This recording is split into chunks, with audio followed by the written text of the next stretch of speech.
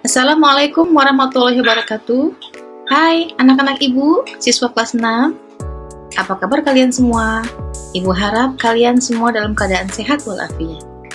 Baik anak-anak ibu, hari ini kita akan belajar pelajaran IPA tentang perkembangbiakan pada tumbuhan vegetatif dan generatif bersama Ibu Sugiyarti. Yuk kita mulai. Untuk pertemuan kali ini, ada beberapa hal yang Ibu harapkan kalian dapat capai. Di antaranya adalah, yang pertama, kalian dapat memahami cara perkembangbiakan makhluk hidup. Yang kedua, kalian dapat mengidentifikasi cara perkembangbiakan tumbuhan dan hewan. Yang ketiga, kalian dapat mengidentifikasi arti vegetatif dan generatif. Yang keempat, kalian dapat menyebutkan cara perkembangbiakan tumbuhan dan hewan secara vegetatif dan generatif. Dan yang kelima, kalian dapat membuat gambar dari perkembangbiakan tumbuhan dan hewan serta menjelaskan. Siap ya? Di sini topik yang akan dibahas adalah 1. Pengertian berkembangbiak, 2. Perkembangbiakan generatif, 3. Perkembangbiakan vegetatif, dan keempat, contoh perkembangbiakan. Yuk kita simak. Adapun tujuan pembelajarannya adalah peserta didik mampu menjelaskan proses perkembangbiakan tumbuhan secara generatif dan vegetatif, serta cara menggambarnya. Perkembangbiakan. Apakah kamu pernah mendengar tentang berkembang biak? Berkembang biak adalah bertambahnya jumlah dari sedikit menjadi banyak. Tujuannya agar populasi tumbuhan dan hewan tetap terjaga dan dapat kita lestarikan. Perkembangbiakan generatif. Apakah yang dimaksud dengan generatif? Perkembangbiakan generatif pada tumbuhan adalah perkembangbiakan secara seksual. Prosesnya terdiri dari penyembuhan dan pembuahan. Setelah itu akan menghasilkan buah atau biji tumbuhan, yang kemudian buah atau biji tersebut menjadi tanaman baru. Ada beberapa macam dan contoh perkembangbiakan generatif.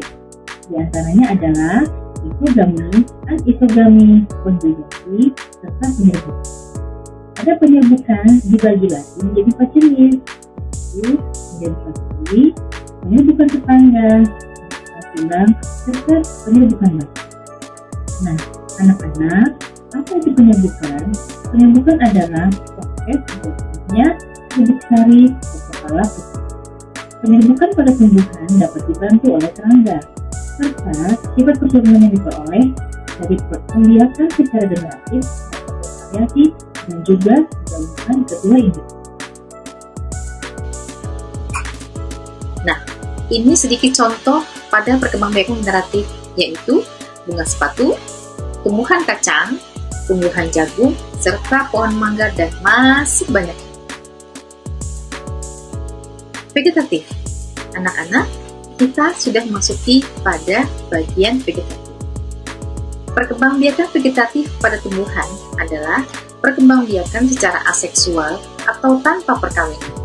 Perkembangbiakan vegetatif dilakukan dengan cara menanam bagian dari induknya. Vegetatif ada dua macam, yaitu vegetatif alami dan vegetatif buatan. Perkembangbiakan vegetatif alami adalah perkembangbiakan secara tidak kawin pada tumbuhan yang terjadi dengan sendirinya. Kemudian, perkembangbiakan tumbuhan dengan cara vegetatif buatan ialah perkembangbiakan secara tak kawin yang dilakukan menggunakan bantuan dari manusia. Nah, kita memasuki pada contoh vegetatif alami. Di antaranya adalah tunas, umbi akar, umbi batang, umbi lapis, geragi, akar tinggal, spora, serta membelah diri. Untuk gambarnya sudah tertera pada layar berikut. Tunas terdapat pada tumbuhan pisang, spora pada tumbuhan paku, akar tinggal atau rizoma terdapat pada tumbuhan lengkuas, geragi atau stolon terdapat pada tumbuhan yang merunduk, contohnya stroberi. Kemudian umbi batang terdapat pada tumbuhan ubi, umbi lapis terdapat pada tumbuhan bawang, serta umbi akar terdapat pada singkong. Vegetatif buatan. Contohnya adalah mencangkok, mengenten, merunduk, menempel, serta stek. Nah, pada perkembangbiakan generatif dan vegetatif terdapat pula kelebihan dan kekurangannya. Ibu akan menjelaskan sedikit tentang kelebihan serta kekurangannya.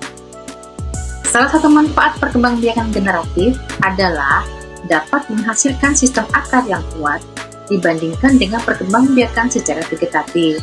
Selain itu, batang tumbuhan yang ditanam dari biji seringkali digunakan pada proses penyambungan atau ovulasi.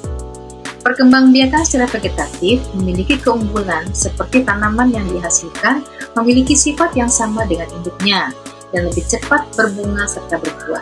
Sedangkan kekurangannya yaitu membutuhkan pohon induk yang lebih banyak sehingga membutuhkan biaya yang banyak serta memiliki akar yang kuat.